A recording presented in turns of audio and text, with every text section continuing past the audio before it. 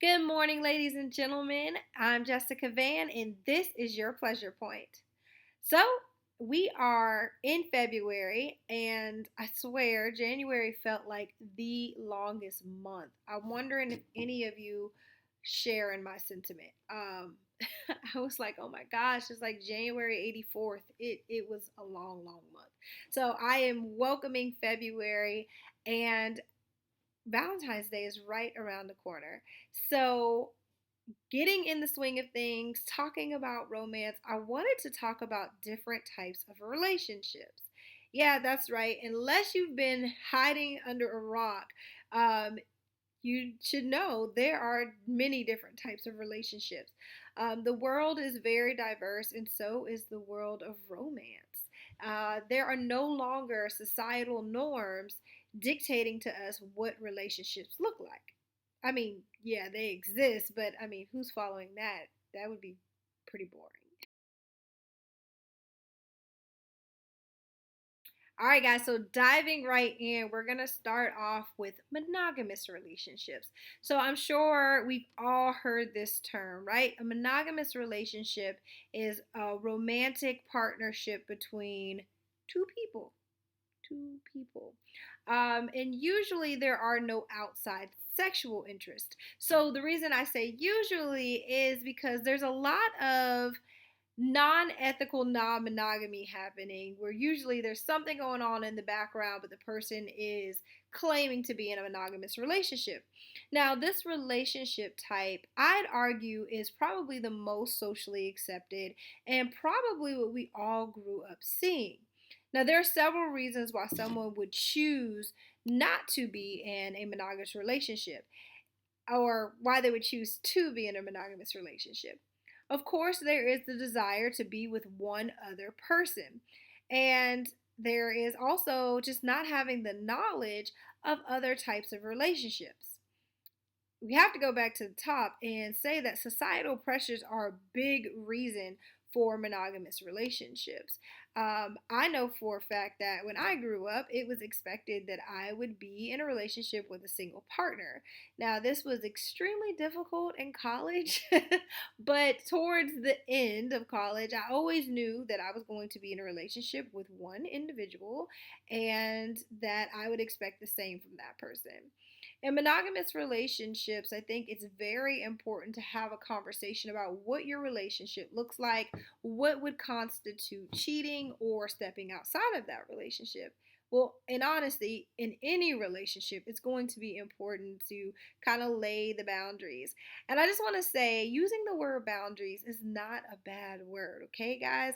I like to tell my clients to think of it not so much as a wall that is impenetrable, but a fence. You can let things in, let things out, but there are parameters and requirements for what you allow into your life or what you are not going to accept in your life. So, the next type of relationship we're going to get into is polyamorous relationships. So, the root word of polyamorous is amor, meaning love or passion. And the prefix is poly, meaning many. So, many loves or many passions. Now, this is having more than one romantic or sexual interest. The foundation for polyamorous relationships is communication. And again, I believe that the foundation for any relationship is communication, but it's going to be honest and effective communication. I really honestly believe there's a lot that monogamous parties can learn from ethical non monogamous couples, which is another way that you may hear the term polyamory. When my husband and I had a podcast, We Hear Man, we did a great interview with poly role models. I believe his name is Kevin, and it was so informative to just see how that type of relationship works. Now, disclaimer, this type of relationship is not for everybody, but I definitely want to give you guys some background on all of these different types of relationships so you can decide what is best for you. For many, the next type of relationship I'm going to explain to you may seem a bit muddy. So, open relationships. You're probably thinking, well, that's just polyamory by a different name. And maybe, But with an open relationship, um, partners again have to have that ethical, effective communication. Well, have to have effective communication in order for this to be an ethical relationship. But this is where partners have more than one sexual partner, but they reserve emotion for that main connection. I'm sure there's a lot of questions about, well, how can you separate the emotions from the physical? And if you have that question, this type of relationship may not be for you, because there are people out there who can have physical, intimate relationships without really involving their emotions. Now, I'm not that person, so I really couldn't explain that part to you. But this is something that you would have to have a conversation with your partner to see what that looks like for you and how you plan on keeping your emotions out of things. Now, again, if this is something that you find difficult for you, this may not be the one. Long distance relationships. If any of you have ever been in a long distance relationship, you know that this is super difficult. Now, I won't get into saying it's the most difficult, but if I had to quantify it, it'd definitely be top three out of the difficult relationships. So, my husband and I had a long distance relationship for some time.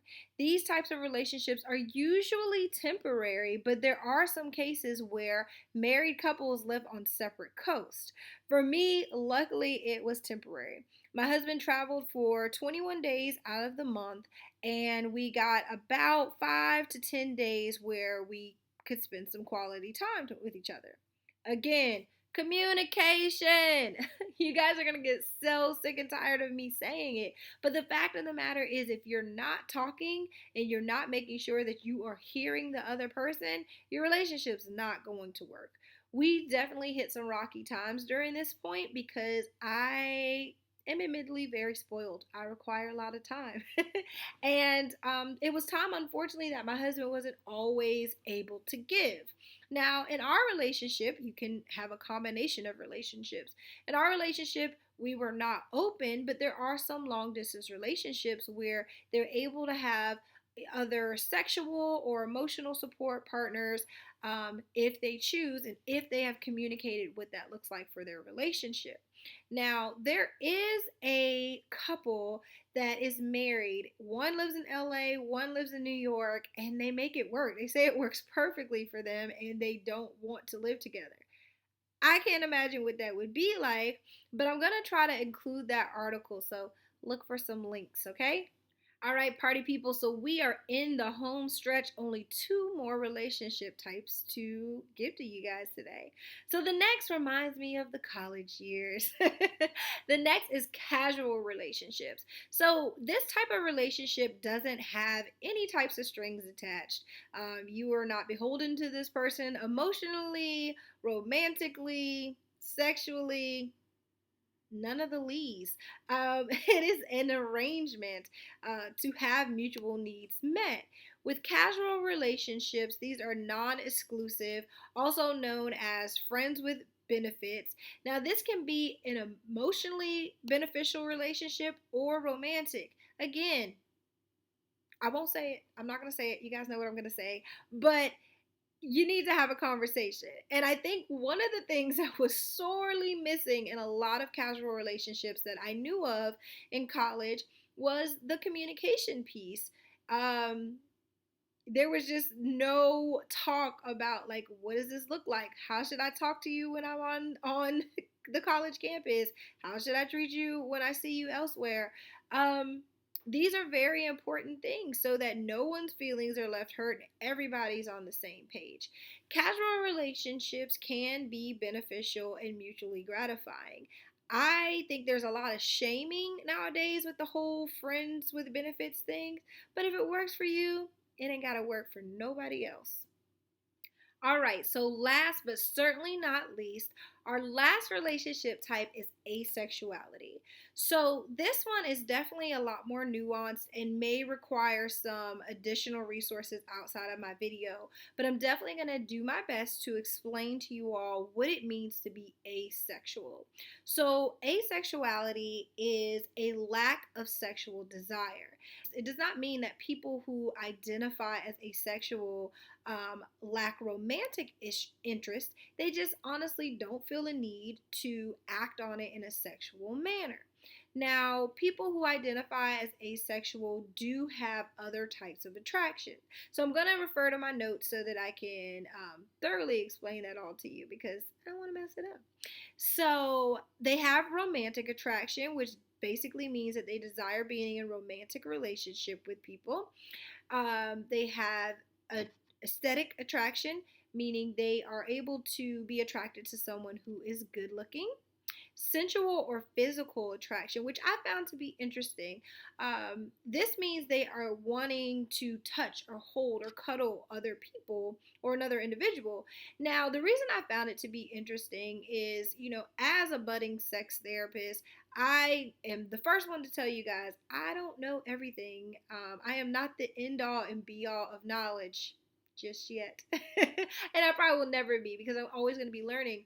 But one of the things that unfortunately society does well is kind of depicting asexual individuals as cold, uncaring, unnurturing people, and clearly that could not be any further from the truth. It's just that they don't feel the need to interact sexually, and that's okay. They have platonic attractions with just friends and emotional attractions, wanting to have close emotional relationships.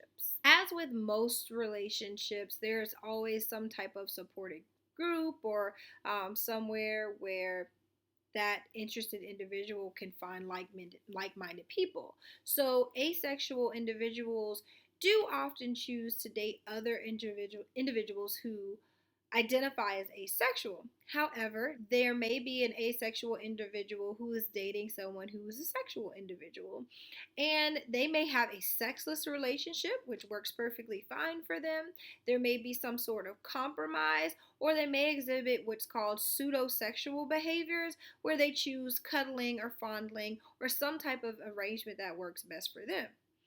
At the end of the day, no matter what relationship type you have, it's your business.